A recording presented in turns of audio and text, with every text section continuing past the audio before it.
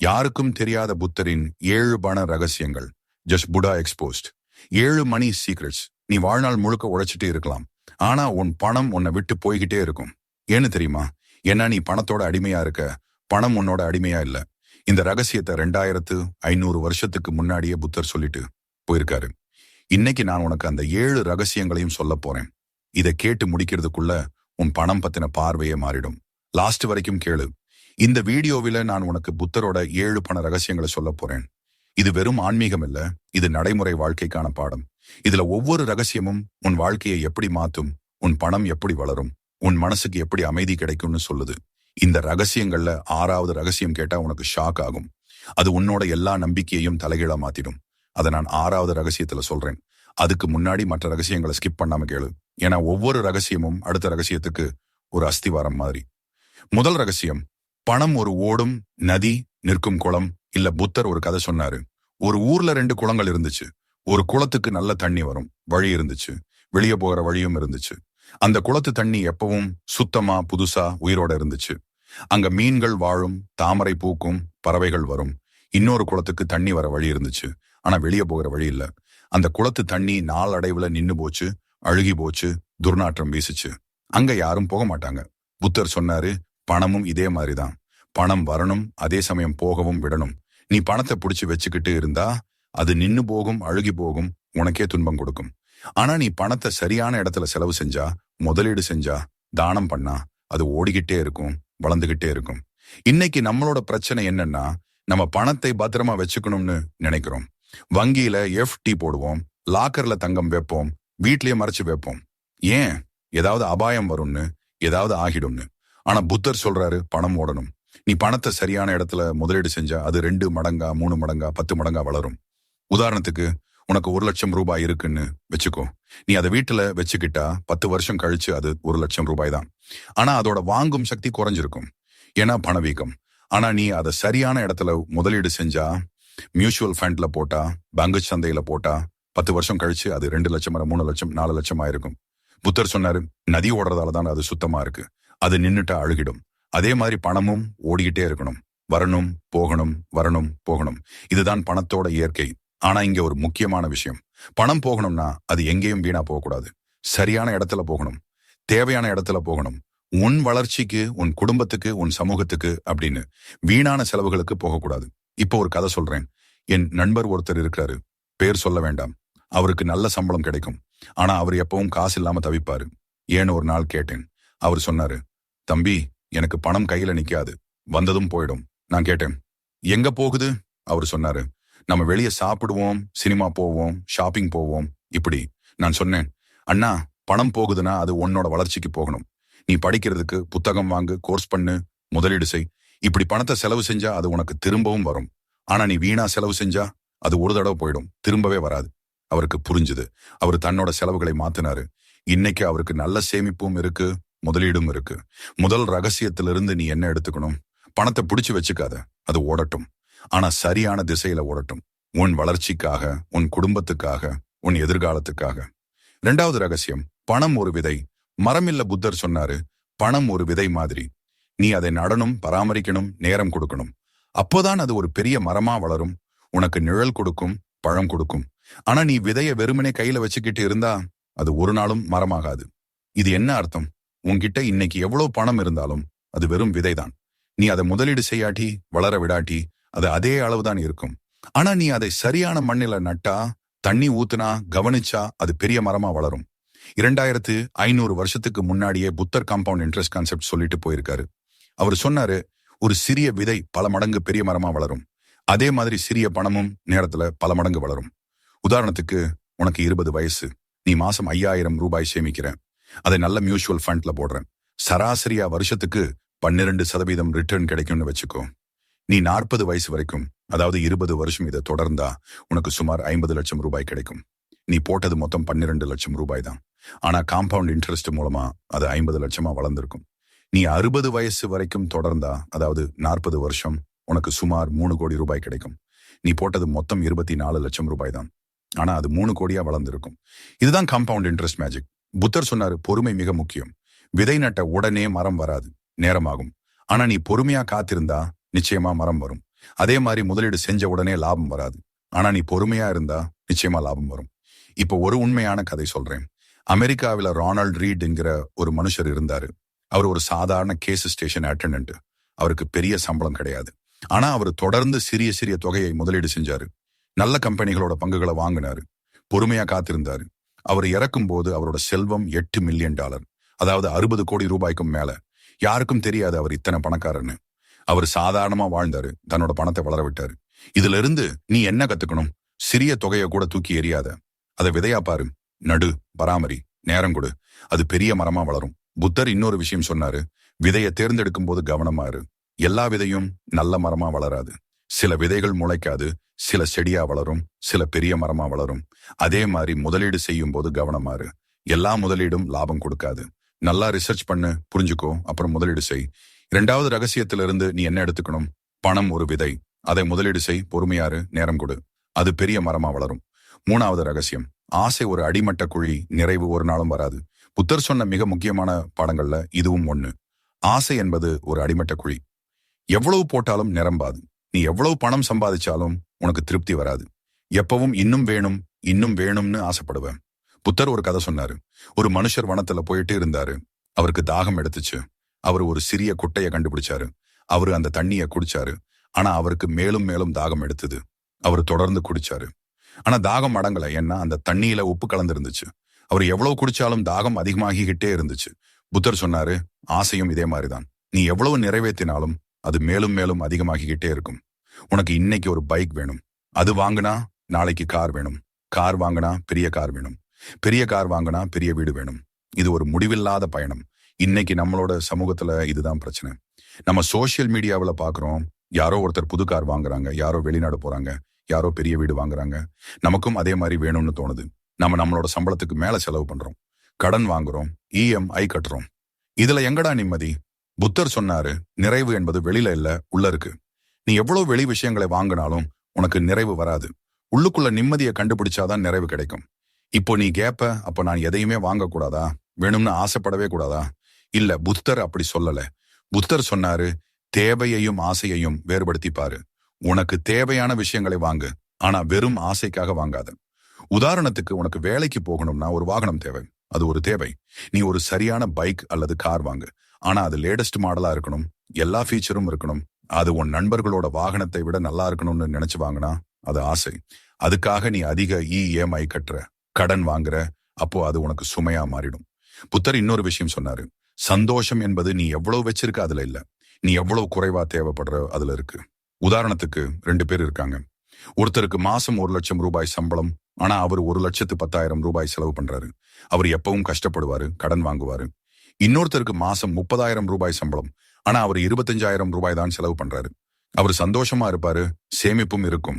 யாரு பணக்காரன்? 2வது ஆள். ஏன்னா அவருக்கு சேமிப்பு இருக்கு, மன நிம்மதி இருக்கு. முதல் ஆள் சம்பளம் அதிகம், ஆனா அவர் எப்பவும் கஷ்டப்படுறாரு. 3வது ரகசியத்திலிருந்து நீ என்ன எடுத்துக்கணும்? ஆசையை கட்டுப்படுத்து, தேவையை புரிஞ்சுக்கோ. நீ வச்சிருக்கிறதுல சந்தோஷமாயிரு, உன் சம்பளத்துக்குள்ள வாழு. அப்பதான் மன நிம்மதி கிடைக்கும். இப்போ நம்ம 3 ரகசியங்களை பார்த்தோம். முதல் ரகசியம் பணம் ஓடணும். 2வது ரகசியம் பணம் ஒரு விதை, அதை வளர விடு. 3வது ரகசியம் ஆசையை கட்டுப்படுத்து.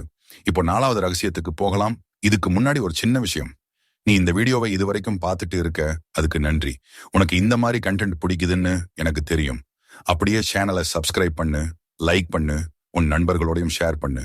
அவங்களும் இந்த பாடங்களை கத்துக்கட்டும், சரியா? 4வது ரகசியம், தானம் என்பது முதலீடு, இழப்பு இல்ல. புத்தர் தானத்தை மிகவும் முக்கியமா சொன்னாரு. ஆனா அவரு சொன்ன தானம் வெறும் ஆன்மீக விஷயம் இல்ல, அது ஒரு நடைமுறை பொருளாதார கொள்கை. புத்தர் சொன்னாரு, நீ கொடுக்கறது தான் உனக்கு திரும்பவும் வரும். நீ எவ்வளவு கொடுக்கற அவ்வளவு உனக்கு திரும்ப வரும். ஆனா நீ புடிச்சு வச்சுக்கிட்டே இருந்தா அது உன்கிட்டயே நின்னு போகும். இப்போ நீ நினைப்ப, இது என்ன லாஜிக்? நான் பணம் கொடுத்தா எனக்கு எப்படி திரும்ப வரும்? இத புரிஞ்சுக்க ஒரு கதை சொல்றேன். ராஜஸ்தான்ல ஒரு வணிகர் இருந்தாரு. பேர் சேத். அவருக்கு நல்ல பணம் இருந்துச்சு. ஆனா அவர் ஒரு காசு கூட யாருக்கும் கொடுக்க மாட்டாரு. அவரோட கடையில வேலை செய்யற ஆட்களுக்கு கூட குறைஞ்ச சம்பளம் கொடுப்பாரு. ஏழைகள் அவர்கிட்ட உதவி கேட்டா வெளியில துரத்துவாரு. அவரு நினைப்பாரு, நான் உழைச்சு சம்பாதிச்ச பணத்தை ஏன் வேற ஆளுக்கு கொடுக்கணும்? காலம் போக போக அவரோட பிசினஸ் மந்தமாச்சு. ஏன்? ஏன்னா அவர்கிட்ட வேலை செய்யற ஆட்கள் திருப்தியா இல்ல, அவங்க ஒழுங்கா வேலை செய்யல. வாடிக்கையாளர்கள் அவரை விரும்பல. ஏன்னா அவர் கஞ்சத்தனமா நடந்துகிட்டாரு. மெதுவா மெதுவா அவரோட பிசினஸ் குறைஞ்சது. அவர் வறுமையில வாழ ஆரம்பிச்சாரு. அதே ஊர்ல இன்னொரு வணிகர் இருந்தாரு, பேர் தனஜி. அவருக்கும் நல்ல பணம் இருந்துச்சு. ஆனா அவர் தாராளமா கொடுப்பாரு. தன்னோட ஊழியர்களுக்கு நல்ல சம்பளம் கொடுப்பாரு, போனஸ் கொடுப்பாரு, ஏழைகளுக்கு உதவி செய்வாரு, கோவில், பள்ளி, மருத்துவமனைக்கு தானம் கொடுப்பாரு. அவரோட நண்பர்கள் சொல்லுவாங்க, தனஜி, நீ இப்படி கொடுத்துக்கிட்டே இருந்தா உன்கிட்ட எதுவும் மிஞ்சாது. ஆனா என்ன நடந்துச்சுன்னு தெரியுமா? தனஜியோட பிசினஸ் வளர்ந்தது. ஏன்? ஏன்னா அவரோட ஊழியர்கள் மனசு வச்சு வேலை செஞ்சாங்க. வாடிக்கையாளர்கள் அவரை விரும்பினாங்க. ஊர் மக்கள் எல்லாரும் அவரை மதிச்சாங்க. அவங்களுக்கு ஏதாவது தேவை இருந்தா தனஜி கிட்ட வருவாங்க. அவரோட பிசினஸ் பல மடங்கு வளர்ந்துச்சு. இதுல இருந்து என்ன புரியுது? நீ கொடுக்கறது ஒரு முதலீடு. நீ உன்னோட ஊழியர்களுக்கு நல்லா கொடுத்தா அவங்க நல்லா வேலை செய்வாங்க, உன் பிசினஸ் வளரும். நீ சமூகத்துக்கு கொடுத்தா சமூகம் உன்னை மதிக்கும், உனக்கு வாய்ப்புகள் கொடுக்கும். நீ ஏழைகளுக்கு உதவி செஞ்சா அவங்க உனக்காக பிரார்த்தனை செய்வாங்க, நல்லது நடக்கும். புத்தர் இதை கருணை பொருளாதாரம்னு சொல்லுவாரு. நீ கருணையோட நடந்துகிட்டா உலகம் உனக்கு கருணையோட நடந்துக்கும். நீ கஞ்சத்தனமா நடந்துகிட்டா உலகமும் உனக்கு கஞ்சத்தனமா நடந்துக்கும். இன்னைக்கு உலகத்திலேயே பெரிய பணக்காரர்கள் பாரு. Warren Buffett, Bill Gates, Mark Zuckerberg billion பில்லியன் கணக்குல தானம் செய்றாங்க. ஏன்? ஏன்னா அவங்களுக்கு தெரியும் கொடுக்கறது தான் வாங்குறதுக்கான வழின்னு. ஆனா இங்க ஒரு முக்கியமான விஷயம். புத்தர் சொன்னாரு, நீ கொடுக்கும்போது எதிர்பார்ப்போட கொடுக்காத. நான் இவருக்கு கொடுத்தேன், இவர் எனக்கு திரும்ப கொடுக்கணும்னு நினைக்காத. அப்படி நினைச்சா அது தானம் இல்ல, அது வியாபாரம்.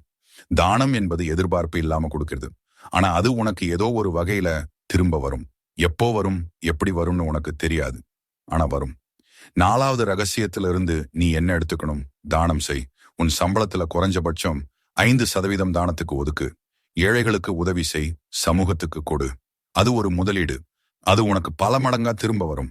5வது ரகசியம், உழைப்பு மட்டும் போதாது, புத்திசாலித்தனமும் வேணும்.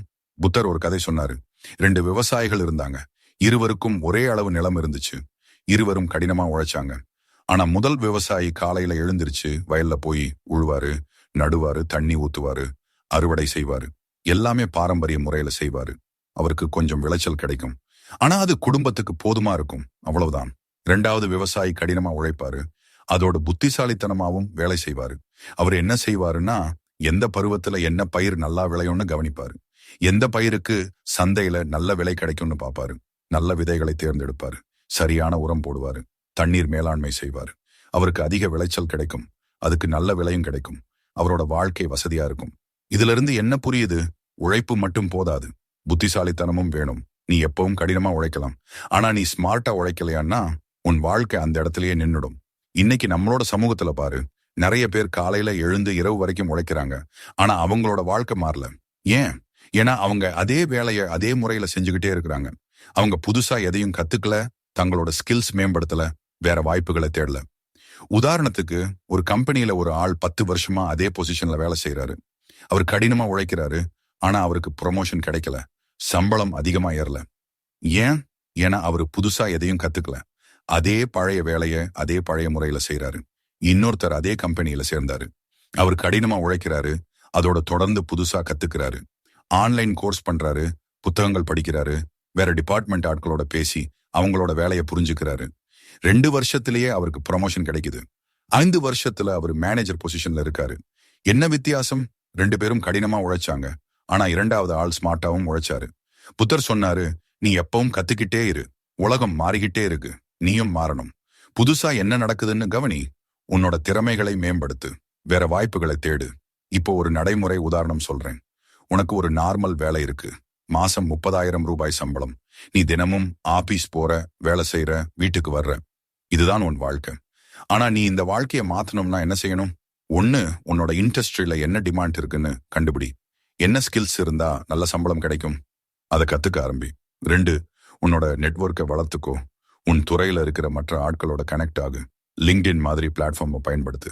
இதனால உனக்கு நல்ல வாய்ப்புகள் தெரிய வரும். 3, சைடு இன்கம் கிரியேட் பண்ணு. உன் வேலைக்கு அப்புறம் கொஞ்சம் நேரம் ஒதுக்கி ஃப்ரீலான்ஸ் வேலை செய், ஆன்லைன் டியூஷன் எடு, கன்சல்டிங் செய். இதனால உனக்கு எக்ஸ்ட்ரா இன்கம் வரும். அதோட புதுசா ஒரு திறமையும் வளரும். 4, முதலீடு செய். உன் பணம் உனக்காக வேலை செய்யட்டும். நீ தூங்கும் போதும் உன் பணம் வேலை செய்ய வேண்டும். இப்படி நீ கடினமாவும் உழைச்சு ஸ்மார்ட்டாவும் உழைச்சா உன் வாழ்க்கை நிச்சயமா மாறும். 5வது ரகசியத்திலிருந்து நீ என்ன எடுத்துக்கணும்? உழைப்பு முக்கியம், ஆனா ஸ்மார்ட்டா உழைக்கிறது இன்னும் முக்கியம். தொடர்ந்து கத்துக்கோ. உன் திறமைகளை மேம்படுத்து, வேற வாய்ப்புகளை தேடு. 6வது ரகசியம், பணம் இல்லாமலும் பணக்காரனா இருக்கலாம். இது மிக முக்கியமான ரகசியம். இதை கேட்டதும் உனக்கு ஷாக் ஆகும். புத்தர் சொன்னாரு, பணம் இல்லாமலும் பணக்காரனா இருக்கலாம், பணம் இருந்தாலும் ஏழையா இருக்கலாம். இது என்ன அர்த்தம்? உன் வங்கி கணக்குல எவ்வளவு இருக்கு அதுதான் உன் செல்வம் இல்ல, உன் மனசுல என்ன இருக்கு அதுதான் உன் செல்வம். புத்தர் ஒரு கதை சொன்னாரு. ஒரு பணக்காரர் இருந்தாரு. அவருக்கு ஏகப்பட்ட பணம் இருந்துச்சு. பெரிய மாளிகை, விலை உயர்ந்த ஆடைகள், நகைகள் எல்லாம் இருந்துச்சு. ஆனா அவர் எப்பவும் கவலையோட தான் இருப்பாரு. என் பணம் போயிடுமோ, யாராவது என்னை ஏமாத்திடுவாங்களோ, என்னோட பிசினஸ் லாஸ் ஆகுமோன்னு எப்பவும் பயந்துகிட்டே இருப்பாரு. இரவு தூங்க முடியாது, எப்பவும் டென்ஷன். அவருக்கு என்ன நண்பர்களும் இல்ல, ஏன்னா அவர் எல்லாரையும் சந்தேகப்படுவாரு. அவரோட குடும்பமும் அவரை விரும்பல, ஏன்னா அவர் எப்பவும் கோவமாவும் கவலையாவும் இருப்பாரு. அதே ஊர்ல ஒரு ஏழை இருந்தாரு. அவருக்கு ஒரு சிறிய குடிசை இருந்துச்சு. சாதாரண உடைகள், தினம் உழைச்சு சாப்பாடு. ஆனா அவர் எப்பவும் சந்தோஷமா இருப்பாரு. காலையில எழுந்திருச்சா பாடல் பாடுவாரு. வேலைக்கு போகும்போது சிரிச்சுக்கிட்டே போவாரு. அவருக்கு நிறைய நண்பர்கள் இருப்பாங்க. அவரோட குடும்பம் அவரை ரொம்ப நேசிக்கும். இரவு நல்லா தூங்குவாரு. இப்போ சொல்லு, இந்த 2 பேர்ல யாரு பணக்காரன்? பணம் வச்சு பார்த்தா முதல் ஆள் தான் பணக்காரன். ஆனா வாழ்க்கை வச்சு பார்த்தா 2வது ஆள் தான் பணக்காரன். அவருக்கு மன நிம்மதி இருக்கு, சந்தோஷம் இருக்கு, நல்ல உறவுகள் இருக்கு. இதுதான் உண்மையான செல்வம். புத்தர் சொன்னாரு, உண்மையான செல்வம் என்பது 4 விஷயங்கள். 1, ஆரோக்கியம். நீ உடம்புல ஆரோக்கியமா இருந்தா அதுதான் உன்னோட மிகப்பெரிய செல்வம். நீ கோடிகளை சம்பாதிச்சாலும் உடம்பு சரியில்லைனா அத்தனை பணமும் மருத்துவமனைக்கு போயிடும். நீ எதையும் அனுபவிக்க முடியாது. 2, நல்ல உறவுகள். உன்னோட குடும்பம், நண்பர்கள், சமூகம் உன்னோட நல்லா இருந்தா அதுதான் உண்மையான செல்வம். உனக்கு பிரச்சனை வரும்போது யாராவது இருப்பாங்களா உதவி செய்ய? உனக்கு சந்தோஷம் வரும்போது யாராவது இருப்பாங்களா கொண்டாட? 3, மன நிம்மதி. நீ நிம்மதியா தூங்க முடியுதான்னா அதுதான் மிகப்பெரிய செல்வம். நீ லட்சக்கணக்கில் பணம் வச்சிருந்தாலும் மனசுல பயமும் கவலையும் இருந்தா அது உன்னை தின்னுடும். 4, நேரம்.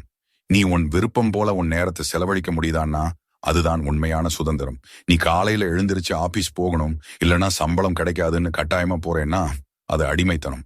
ஆனா நீ உன் விருப்பப்படி நேரத்தை செலவழிச்சா அதுதான் சுதந்திரம். இப்போ நீ கேப்ப, அப்போ நான் பணம் சம்பாதிக்கவே வேண்டாமான்னு புத்தர் சொல்றாரா? இல்ல, புத்தர் சொல்றாரு, பணம் வேணும். ஆனா பணம் உன் வாழ்க்கையோட ஒரே இலக்கா இருக்கக்கூடாது. பணம் ஒரு கருவி. அதை வச்சு நீ ஆரோக்கியம், நல்ல உறவுகள், மன நிம்மதி, நேரம் இந்த 4ஐயும் பெறணும். அப்படி பெற முடியாட்டி உன்கிட்ட எவ்வளவு பணம் இருந்தாலும் நீ ஏழைதான். இன்னைக்கு நம்மளோட பிரச்சனை என்னன்னா, நம்ம பணத்துக்காக வாழ்க்கையை தியாகம் செய்யறோம்.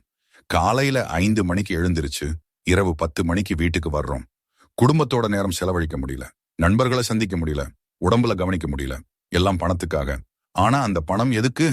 நல்ல வாழ்க்கை வாழறதுக்கு தானே. ஆனா நல்ல வாழ்க்கையே இல்லாம பணம் சம்பாதிச்சு என்ன பண்றது? 6வது ரகசியத்திலிருந்து நீ என்ன எடுத்துக்கணும்?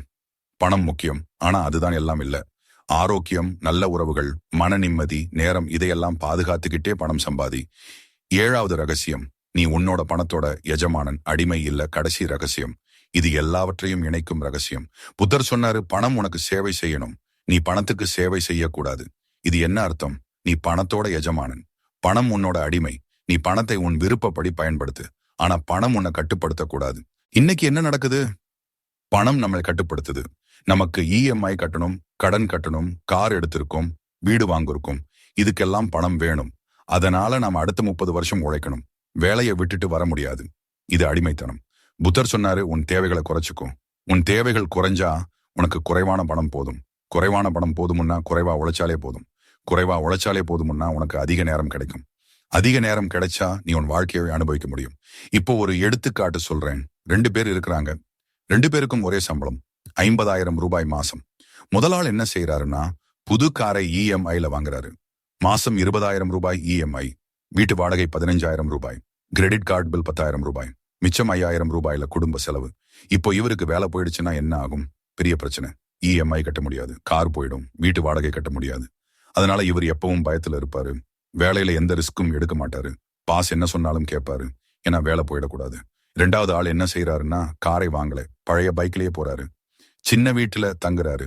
வாடகை 8,000 ரூபாய். அதிக செலவு பண்ணல. குடும்ப செலவு 15,000 ரூபாய். மிச்சம் 27,000 ரூபாய். அதுல 15,000 ரூபாய் சேமிப்பு மற்றும் முதலீடு. 12,000 ரூபாய் எமர்ஜென்சி ஃபண்ட். இப்போ இவருக்கு வேலை போயிடுச்சுன்னா என்ன ஆகும்? கவலையே இல்ல. இவர்கிட்ட சேமிப்பு இருக்கு, எமர்ஜென்சி ஃபண்ட் இருக்கு. 6 மாசம் நிம்மதியா இருக்கலாம். அந்த 6 மாசத்துல புது வேலை தேடலாம், அல்லது சொந்தமா ஏதாவது ஸ்டார்ட் பண்ணலாம். இவருக்கு சுதந்திரம் இருக்கு. இவர் பணத்தோட அடிமை இல்ல, இவர் பணத்தோட எஜமானன். புத்தர் சொன்னாரு, நீ உன் வாழ்க்கையை பணத்துக்காக அடகு வைக்காத. நீ பணத்தை உன் வாழ்க்கைக்கு பயன்படுத்து. இப்போ நீ கேப்ப, அப்ப நான் எதையுமே வாங்கக்கூடாதா? கார் வாங்கக்கூடாதா? வீடு வாங்கக்கூடாதா? வாங்கலாம். ஆனா உன் வசதிக்குள்ள வாங்கு. நீ 3 கோடி ரூபாய் வீடு வாங்கி 20 வருஷம் கடன் கட்டுறதுக்கு பதிலா 1 கோடி ரூபாய் வீடு வாங்கி 10 வருஷம் கடன் கட்டு. அல்லது கொஞ்ச காலம் வாடகைக்கு இருந்துட்டு முழுசா பணம் சேமிச்சு அப்புறம்ட்டு வாங்கு. புத்தர் கடைசியா ஒரு விஷயம் சொன்னாரு. பணம் ஒரு நல்ல வேலைக்காரன், ஆனா ஒரு மோசமான எஜமானன். நீ பணத்தை உன் வேலைக்காரனா வச்சுக்கோ, அது உனக்கு சேவை செய்யட்டும். ஆனா பணத்தை உன் எஜமானா ஆக்காத. நீ அதுக்கு சேவை செய்ய ஆரம்பிச்சிட்டா உன் வாழ்க்கை போயிடும். எப்படி பணத்தை உன் வேலைக்காரனா மாத்துறது? முதலீடு மூலமா. நீ உன் பணத்தை சரியான இடத்துல முதலீடு செஞ்சா அது உனக்காக வேலை செய்யும். நீ தூங்கும் போதும் உன் பணம் வேலை செஞ்சுக்கிட்டே இருக்கும். அது வளரும், பெருகும், உனக்கு இன்னும் பணம் கொண்டு வரும். உதாரணத்துக்கு, நீ 10 லட்சம் ரூபாயை நல்ல மியூச்சுவல் ஃபண்ட்ல போட்டா வருஷத்துக்கு சராசரியா 12% ரிட்டர்ன் கிடைக்கும். அதாவது வருஷத்துக்கு 1,20,000 ரூபாய். நீ எதுவும் செய்யாம உன் பணம் உனக்காக வேலை செஞ்சு உனக்கு 1,20,000 ரூபாய் சம்பாதிச்சு கொடுக்கும். இதுதான் பணத்தை வேலைக்காரனா மாத்துறது. 7வது ரகசியத்திலிருந்து நீ என்ன எடுத்துக்கணும்? நீ பணத்தோட எஜமானன். உன் தேவைகளை கட்டுப்படுத்து. தேவையில்லாத கடனை வாங்காத. உன் பணத்தை முதலீடு செஞ்சு அதை உனக்காக வேலை செய்யவை. கிளைமேக்ஸ். எல்லா ரகசியங்களும் சேர்ந்து சொல்ற ஒரே பாடம். இப்போ நாம புத்தரோட 7 பண ரகசியங்களையும் பார்த்தோம். முதல் ரகசியம், பணம் ஒரு ஓடும் நதி. அதை ஓடவிடு, ஆனா சரியான திசையில. 2வது ரகசியம், பணம் ஒரு விதை. அதை நடு, வளரவிடு, பொறுமையா காத்திரு. 3வது ரகசியம், ஆசையை கட்டுப்படுத்து. நீ வச்சிருக்கிறதுல சந்தோஷமா இரு. 4வது ரகசியம், தானம் செய். அது ஒரு முதலீடு. 5வது ரகசியம், கடினமா உழை, ஆனா ஸ்மார்ட்டாவும் உழை. 6வது ரகசியம், உண்மையான செல்வம், ஆரோக்கியம், உறவுகள், மன நிம்மதி, நேரம். 7வது ரகசியம், நீ பணத்தோட எஜமானன், அடிமை இல்ல. ஆனா இந்த எல்லா ரகசியங்களும் சேர்ந்து ஒரே பாடத்தை சொல்லுது. அந்த பாடம் என்னன்னா, சமநிலை. புத்தர் எப்பவுமே சமநிலையை பத்தி பேசுவாரு. அதிகமும் வேண்டாம், குறைவும் வேண்டாம், நடுவு பாதை. பணம் விஷயத்திலையும் அதே தத்துவம். நீ பணத்தை முற்றிலும் புறக்கணிக்க கூடாது. அது முட்டாள்தனம். நீ இந்த உலகத்துல வாழறதுக்கு பணம் வேணும். ஆனா நீ பணத்துக்காக மட்டும் வாழவும் கூடாது. அதுவும் முட்டாள்தனம். 2க்கும் நடுவுல ஒரு பாதை இருக்கு. அதுதான் புத்தர் காட்டின பாதை. நீ பணம் சம்பாதி, ஆனா அதுக்காக உன் ஆரோக்கியத்தையோ குடும்பத்தையோ மன நிம்மதியையோ தியாகம் செய்யாத. நீ பணம் சேமி, ஆனா கஞ்சத்தனமா இருக்காத. நீ பணம் செலவு செய், ஆனா வீணா செலவு செய்யாது. நீ பணம் முதலீடு செய், ஆனா ஆசைக்கு அடிமையாகாத. நீ பணம் தானம் செய், ஆனா எதிர்பார்ப்போட செய்யாத. இதுதான் சமநிலை. இதுதான் புத்தரோட மிடில் பாத் அல்லது நடுவு பாதை. இப்போ ஒரு கடைசி கதை சொல்லி முடிக்கிறேன். புத்தர் ஒரு நாள் ஒரு பணக்காரர் சந்திச்சாரு. அந்த பணக்காரர் புத்தர்கிட்ட கேட்டாரு, சுவாமி, நான் எவ்வளவு பணம் சம்பாதிக்கணும்? எவ்வளவு போதும்? புத்தர் சொன்னாரு, நீ உன்னோட தேவைகளை நிறைவேற்ற எவ்வளவு வேணுமோ அவ்வளவு சம்பாதி. அதுக்கு மேல சம்பாதிச்சா அதை சமூகத்துக்காக பயன்படுத்து. ஆனா எப்பவுமே நினைவுல வச்சுக்கோ, நீ இந்த உலகத்துக்கு வெறும் கையோட வந்த. நீ வெறும் கையோட தான் போவ. இந்த நடுவுல நீ எவ்வளவு சம்பாதிச்சேன்னு முக்கியம் இல்ல. நீ எவ்வளவு நல்ல மனுஷனா வாழ்ந்தேன்னு தான் முக்கியம். அந்த பணக்காரர் புரிஞ்சுக்கிட்டாரு. அதுக்கப்புறம் அவர் தன்னோட பணத்தை நல்ல விஷயங்களுக்காக பயன்படுத்த ஆரம்பிச்சாரு. பள்ளிகள் கட்டினாரு, மருத்துவமனைகள் கட்டினாரு, ஏழைகளுக்கு உதவி செஞ்சாரு. அவருக்கு உண்மையான சந்தோஷம் கிடைச்சது. இப்போ நாம புத்தரோட 7 பண ரகசியங்களையும் பார்த்தோம். இது வெறும் ஆன்மீக பேச்சு இல்ல. இது நடைமுறை வாழ்க்கைக்கான பாடம். நீ இன்னைக்கு என்ன செய்ய போற? நீ இந்த பாடங்களை உன் வாழ்க்கையில எப்படி அப்ளை பண்ண போற? இதோ சில எளிய படிகள். 1. இன்னைக்கு முதல் உன் செலவுகளை ட்ராக் பண்ண ஆரம்பி. ஒவ்வொரு காசையும் எங்க செலவு பண்றேன்னு கவனி. 1 வாரம் கழிச்சு பாரு. எங்க தேவையில்லாம பணம் போகுதுன்னு கண்டுபிடி. 2. உன் சம்பளத்துல 20% சேமிக்க ஆரம்பி. அதை தனியா ஒரு கணக்குல வச்சுடு, அதை தொடாத. 3. அந்த சேமிப்பு பணத்தை முதலீடு செய்ய ஆரம்பி. SIP ஆரம்பி. குறைஞ்சபட்சம் மாசம் 5,000 ரூபாய் முதலீடு செய். 10 வருஷம் பார், உன்னோட வாழ்க்கை மாறிடும். 4. உன் சம்பளத்துல 5% தானத்துக்கு ஒதுக்கு. ஏழைகளுக்கு உதவி செய், சமூகத்துக்கு கொடு. 5. தொடர்ந்து கத்துக்கோ. மாசம் ஒரு புத்தகம் படி, ஒரு ஆன்லைன் கோர்ஸ் பண்ணு, உன் திறமைகளை மேம்படுத்து. 6. உன் ஆரோக்கியத்தை கவனி. தினமும் உடற்பயிற்சி செய், சரியான நேரத்துக்கு சாப்பிடு, நல்லா தூங்கு. 7. உன் குடும்பம், நண்பர்களோட நேரம் செலவழி, நல்ல உறவுகளை பாதுகாத்துக்கோ. நீ இந்த 7 விஷயங்களையும் செஞ்சா உன் வாழ்க்கை நிச்சயமா மாறும். இது என்னோட வாக்குறுதி இல்ல. இது 2500 வருஷமா நிரூபிக்கப்பட்ட உண்மை. இந்த வீடியோவை எடுக்க எனக்கு நிறைய நேரம் ஆச்சு. ரிசர்ச் பண்ணினேன், ஸ்கிரிப்ட் எழுதினேன், ரெக்கார்ட் பண்ணினேன், எடிட் பண்ணினேன். எல்லாம் ஒரே காரணத்துக்காக, உனக்கு உதவணும்னு, உன் வாழ்க்கையில ஒரு மாற்றத்தை உண்டாக்கணும்னு. நான் உனக்கு 2 புத்தகங்களை ரெகமெண்ட் பண்றேன். முதல்ல த டம்மா படா, புத்தரோட போதனைகளோட தொகுப்பு.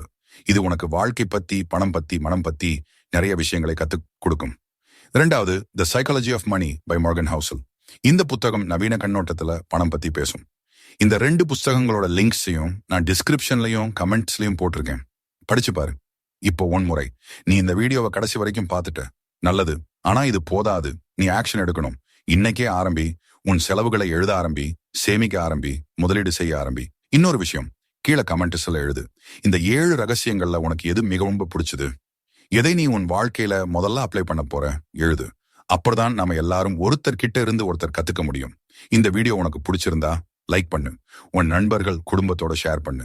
அவங்களும் இந்த பாடங்களை கத்துக்கட்டும். சேனலை சப்ஸ்கிரைப் பண்ணு, பெல் ஐகான் பிரஸ் பண்ணு. நான் தொடர்ந்து இது மாதிரி உபயோகமான வீடியோக்கள் போடுவேன். நான் உனக்கு வாழ்த்துக்கள் சொல்றேன்.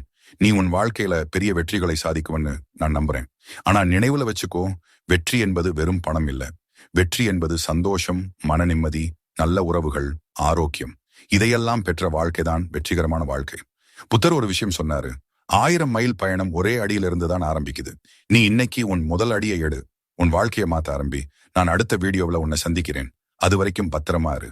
உன்னை கவனி, உன் குடும்பத்தை கவனி, உன் பணத்தை கவனி. Peace and thank you. புத்தம் சரணம் கச்சாமி.